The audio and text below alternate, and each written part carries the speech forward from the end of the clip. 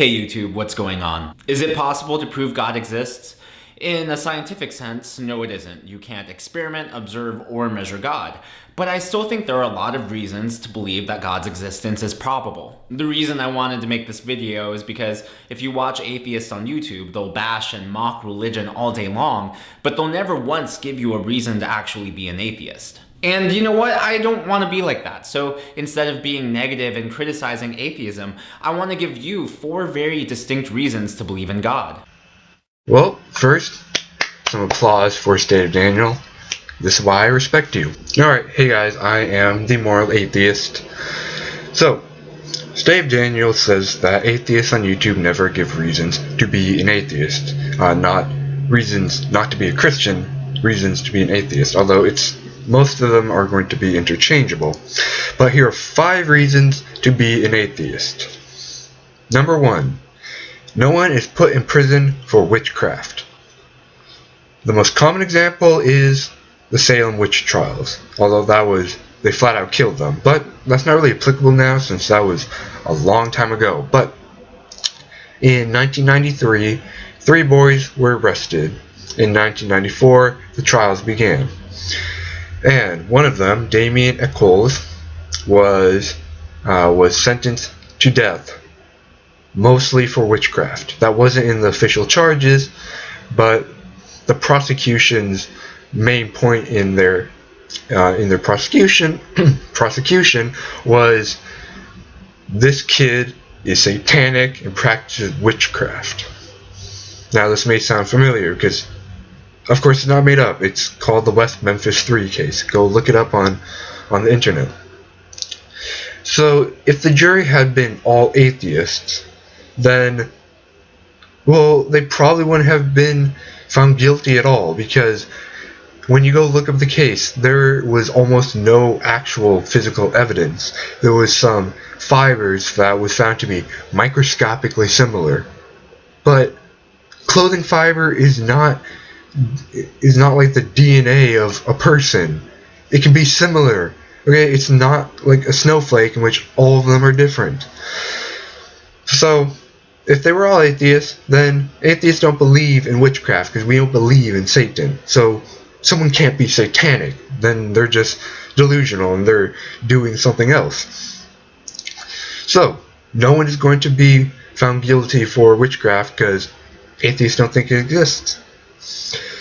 Number 2, no time is wasted on praying.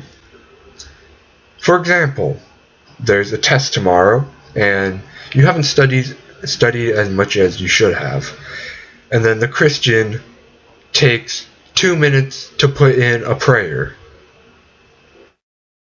That's not going to help you, okay?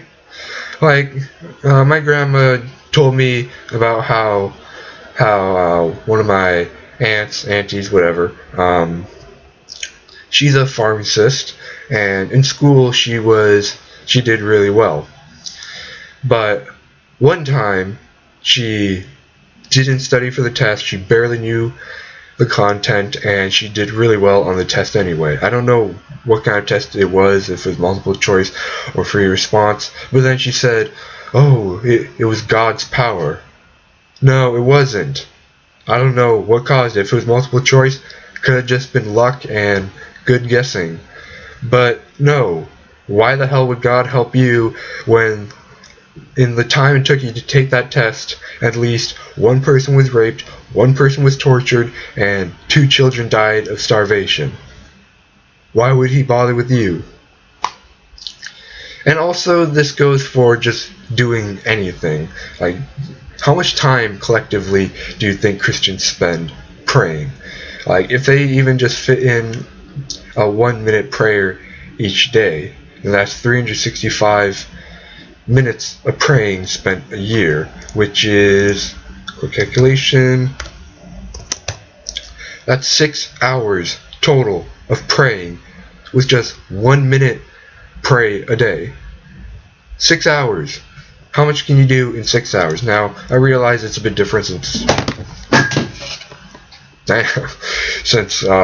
it's spread over 365 days, but like that is a lot of time that you wasted on something that doesn't do anything. Okay, the only thing it does is it gives you a mental boost. That's it.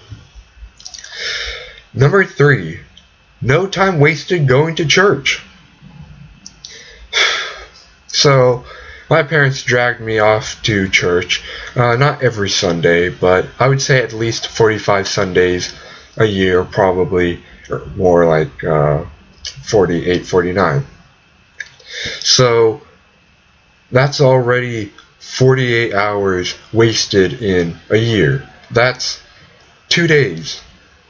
Cumulatively, 2 days were wasted going to church. And there's also the time driving there and coming back. So that's a lot of time. I mean, I probably would have spent it gaming. I'll be honest about that. But a lot of wasted time. And for some people it's worse because they go to like core groups on Wednesday, and they go to other events that are strictly related to studying the Bible and church and whatnot. Number 4, no money wasted by being donated to a church to fund outreach.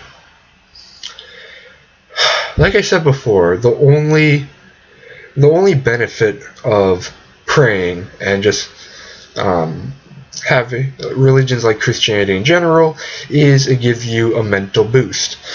But it doesn't help you economically. It generally hurts economically, unless you're a Mormon. So when you go to an outreach to some poor country and you set up a church, it's like, what? How much food and shelter could you have given these people if you had spent that money on something more sustainable, like a sustainable food source, as opposed to a church where you preach the word of God? They're going to die. It's like, oh, well, if they die, then they're going to go to heaven sooner. No, that's stupid and that's immoral, okay? Number 5, no withheld due appreciation. I hate it when people thank God for things that he had nothing to do with, especially when there is a human that deserves that appreciation. For example, this is an extreme example.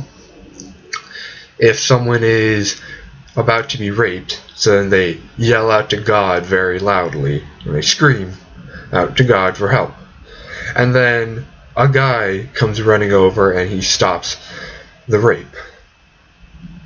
If that person thanks God, I'ma slap her. 'Cause, no, God had nothing to do with it. This man possibly put his life in danger because maybe the guy was using a deadly weapon and he stopped a very bad thing from happening to you. Thank him, not God, okay? God did not send him. He took himself there. And also, this one is more common. People who pray over dinner thanking God for the food. Bullshit.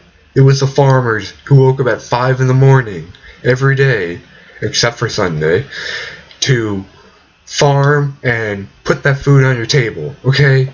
So stop thanking God for that food. Because if he really cared about food, wouldn't he give it to Africa and other places that are lacking in food? Alright, so that's it for now. 5 reasons that you should be an atheist. And there you go, State of Daniel. Hopefully you watch this video. I'll be putting the link in the comment section of the video that I showed at the beginning. And I will see you guys next time. But don't forget to subscribe to see more videos and leave your thoughts in the comment section below. Alright, goodbye.